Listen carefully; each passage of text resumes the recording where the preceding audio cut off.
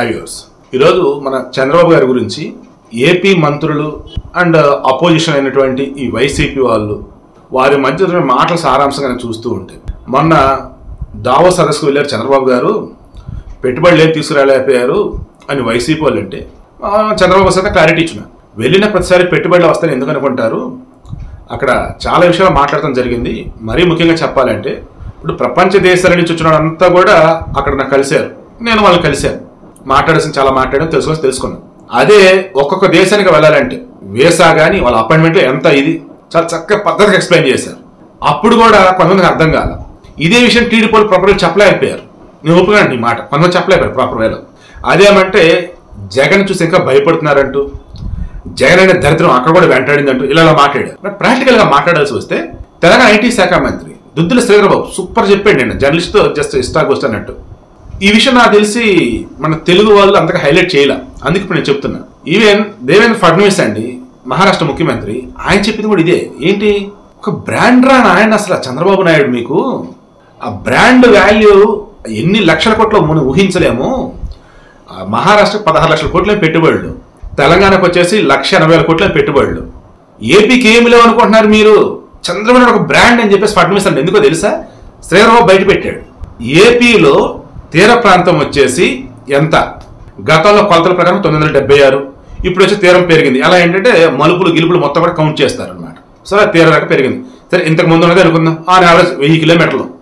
Okay, ఈ 1000 కిలోమీటర్ల తీరంలో పోర్టులు ఎక్కడ, అండ్ గ్రీన్ ఎనర్జీకి సంబంధించి హైడ్రోజన్ సంబంధించి ప్లాంట్లు ఎక్కడ, రిఫైనరీ ప్లాంట్లు ఎక్కడ, అండ్ మిగతా రాష్ట్రాల వారికి కూడా పోర్ట్ సౌలభ్యం ఉండేలాగా, ట్రాన్స్పోర్ట్ సంబంధించి ఎక్స్పోర్ట్స్ ఇంపోర్ట్స్ లాగా ఊహించని రీతిలో అసలు ఆయన ప్లానింగ్ ఎలా ఉంది అంటే రానున్న రోజులలో ఏపీ ఫస్ట్ ప్లేస్లో ఉంటుంది శ్రీధరబాబే చెప్పారు. 2-3 డేస్ బ్యాక్ నేను కూడా అదే చెప్పున్నా. ఏమని, ఏపీకి సంబంధించి ఎయిర్పోర్ట్లు రాబోతున్నాయి, నౌకాశ్రయాలు రాబోతున్నాయి, అండ్ ఆల్రెడీ కొన్ని కన్స్ట్రక్షన్లో ఉన్నాయి. వీటితో పాటు స్పెషల్ ఎకనామిక్ జోన్స్లో వచ్చేసి సెపరేట్గా ఇప్పుడు ఓరోకల్ కానీ, శ్రీ సిటీ కానీ, ఇటు వైజాగ్ కానీ ఇక్కడ వచ్చేసి ఎక్స్టెండ్గా డెవలప్ చేసుకుంటా పోతున్నారు. ఇందులో ఎలక్ట్రిక్ కార్స్ ప్లాంట్స్ వస్తున్నాయి, తర్వాత డ్రోన్స్ ఇవి కొన్ని ఉన్నాయి, అండ్ చిప్కి సంబంధించి కొన్ని, మెకానిక్ ఆటోమొబైల్స్ సంబంధించి ఇంకొన్ని, ఇలా చెప్పుకుంటూ పోతే బహుశా ఇండియాలో మీరు క్రాస్ చెక్ చేసుకోండి, శ్రీ సిటీలో లేనటువంటి కంపెనీ లేదు. అయితే వీడికి ఎక్స్పాన్షన్ అన్నప్పుడు దాని ఎక్కడ స్కోప్ అంటే ఇదే మన ఆంధ్రప్రదేశ్లో ఉంది. ఈరోజు శ్రీధరబాబు ఏం చెప్పారు తెలుసా, మేము పెట్టుబడులు తీసుకొచ్చి మీకు కనిపిస్తున్నాయి, ఆయన పెట్టుబడులు కాదు బాబు, భవిష్యత్తులో తీసుకొచ్చుకున్నాడు ఏపీకి ఆయన దావోస్ నుంచి. ఎవరెవరితో ఏమేమి మాట్లాడి ఏంటో మీకు తెలిస్తే, రేపటి రోజు ఆంధ్రప్రదేశ్లో ఏం వస్తాయంటే మీకు తెలిస్తే, పెట్టుబడులు ఎక్కడి నుంచి వస్తున్నాయి ఈ రకంగా మీరు అనుకుంటే అన్నిటికీ దావోస్. మేము ఎంతమందిని కలిసాం అంతకు మించి ఆయన కలిసి ఉన్నాడు. మా దగ్గర పెట్టుబడులు ఉండొచ్చు కాక, మెమరీ ఆఫ్ అండర్స్టాండింగ్ ఎంఓఏలు ఉండొచ్చు కాక, ఆయన దగ్గర లేకపోయి ఉండొచ్చు కాక, ఫ్యూచర్ ఫోర్కాస్టింగ్ అద్భుతంగా చేసి ఉన్నాడు. దాని తగ్గ త్వరలో అమరావతికి వచ్చి మరి వాళ్ళే సంతకాలు చేసుకుంటారు. అండ్ ఏపీకి సంబంధించి డెవలప్మెంట్ విషయంలో ఊహకందదు త్వరలో జరగబోయేదని చెప్పేసి అన్నాడు. ఈయన ఎవరు, దుద్దిల శ్రీధరబాబు ఎవరండి, కాంగ్రెస్. ఏపీలో వచ్చేసి ఎన్డీఏ కదా, కూటమి కదా ఉంది, బీజేపీ, జనసేన, టీడీపీ. మరి అక్కడ ఉన్నటువంటి టీడీపీ కాంగ్రెస్ ఎందుకు పోతున్నారంటే అదే కదా చెప్పేది, మంచిని మంచినే చెప్పాలి, డెవలప్మెంట్ అనే చెప్పాలి, వీరుడిని వీరుడనే చెప్పాలి, నాయకుడనే చెప్పాలి. తండేలు అని చెప్పేసి నిన్న ట్రయల్ రోడ్ వచ్చింది కదా, నాగ చైతన్య, సాయి పల్లవి, అల్లు అరవింద్ డైరెక్ట్ ప్రొడ్యూసర్. అందులో తండేలు అంటే ఎవరు అంటూ ఉంటారు. నాయకుడు, ఈ నాయకుడు అన్నవాడు నడిపిస్తాడు, కష్టం టీంని గట్టెక్కిస్తాడు. ఈరోజు చంద్రబాబు నాయుడు కూడా తండేలు లాంటి వాడు, నాయకుడు. కష్టమని తెలిసిన, ఇబ్బందిని తెలిసిన ముందుంటాడు, పోరాడతాడు, తనను నమ్ముకుని వెనుకున్నట్టు అందరూ కూడా అండగా ఉంటాడు, అభివృద్ధిలో ఆంధ్రప్రదేశ్ని ముందుంచుతాడు. ఇదే విషయం ఈరోజు ఏపీలో ఉన్న తెలియటం వల్ల చుట్టుపక్కల అందరూ తెలుస్తా ఉంది. చంద్రబాబు నాయుడు ఒక బ్రాండ్, చంద్రబాబు నాయుడు వేసి ఒక అడుగు, చంద్రబాబు నాయుడు మాట్లాడే ఒక మాట, చంద్రబాబు నాయుడు ఎక్కడికి వెళ్ళాడంటే ఏపీకి సంబంధించి భవిష్యత్తుకి గొప్పగా ఉండేలాగే ప్రతిదీ ఉంటుంది. రానున్న రోజులు అన్ని మీ కళ్ళ ముందు కనపడతా ఉంటాయి. చక్కగా ఆయన మరొక 5 సంవత్సరాలు, ఈ 5 సంవత్సరాలు కాకుండా ఇంకొక 5 సంవత్సరాలు ఆరోగ్యంగా చక్కగా ఆయన ఉండి మనకు ముఖ్యమంత్రిగా ఉండాలి, ఆరోగ్యంగా నిండు ఉండాలి.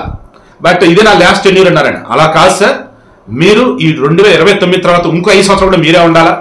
కేంద్ర మంత్రికి వెళ్ళే ఇంట్రెస్ట్ లేదన్నారు, ఓకే, అండ్ ఉపరాష్ట్రపతికి వెళ్తే సంతోషం. అలా కాని పక్షంలో వేరే రాష్ట్రాల గవర్నర్కి ఏమవుతుంది సార్, మరలా మీరే ముఖ్యమంత్రి అవ్వండి. ఎందుకంటే విదేశాలు మీరు గమనించినట్టయితే 80 సంవత్సరాలు దాటిన తర్వాత కూడా అక్కడ ప్రెసిడెంట్గా చేసిన వాళ్ళు, పీఎంలుగా చేసిన వాళ్ళు ఉన్నారు. దాని చంద్రబాబు గారికి ఏమి? సో ఐఎమ్ షూర్ 2029 లోపే అద్భుతం డెవలప్మెంట్ ఆంధ్రప్రదేశ్ చూస్తుంది.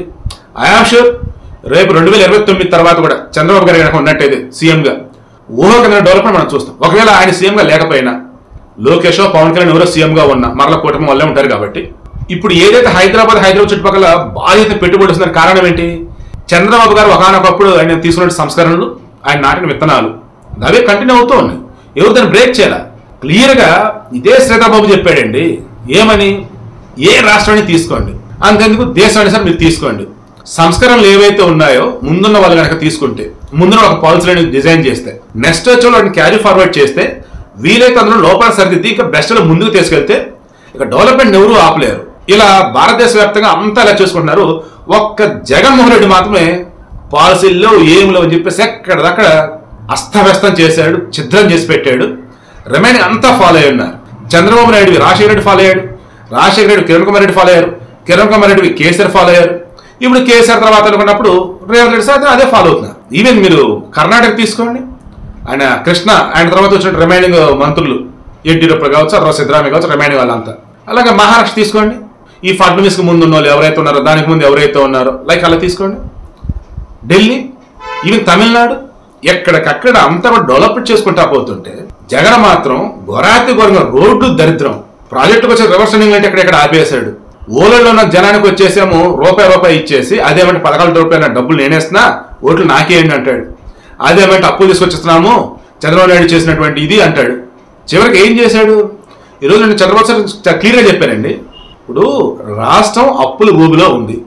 రాష్ట్రానికి ఉన్న అప్పులకు సంబంధించి వడ్డీలు కట్టడానికే చాలా ఇబ్బంది అవుతుంది. ఈ మూమెంట్లో ఏవైతే సూపర్ 6 హామీలు ఉన్నాయో, పథకాలు ఏవైతే అమలు ఉందో అది కొంచెం కష్టం అని అన్నాడు ఆయన. అంతే తప్ప ఆయన ఆపుతున్నా అనలా.